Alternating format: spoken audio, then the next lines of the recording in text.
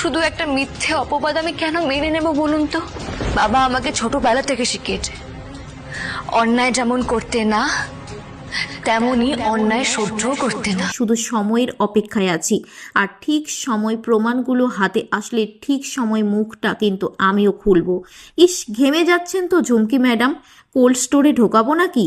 ঈশাকে তার ভাই বলে, আজ মনে হচ্ছে খুব আনন্দ তোর মনে, এত নাচিস না আনন্দে। বৌদি বলেছে নিজেকে নির্দোষ প্রমাণ করে তবেই আসবে। তারপর একজন ডেলিভারি বয় এসে বলে, ঈশা ম্যাডামের নামে একটা বড় পার্সেল আছে। ঈশা বলে, মনে হচ্ছে আমার হাজবেন্ড আমাকে ভালোবেসে পাঠিয়েছে। ঝুমকি একটা কেক নিয়ে বাড়িতে ঢোকে আর বলে, ছুটি চলে যাওয়ার আনন্দে আমরা দুজনে মিলে এই কেকটা কাটবো। শতরূপা তখন বলে, সবকিছুর একটা সীমা থাকা দরকার ঈশা, আমি ওকে শাসন করতে পারি না, কিন্তু তোকে তো পারি। অন্যের দুঃখে হাসিস বলে নিজের সংসারটা কিন্তু এখনো গোছাতে পারিসনি ঈশা।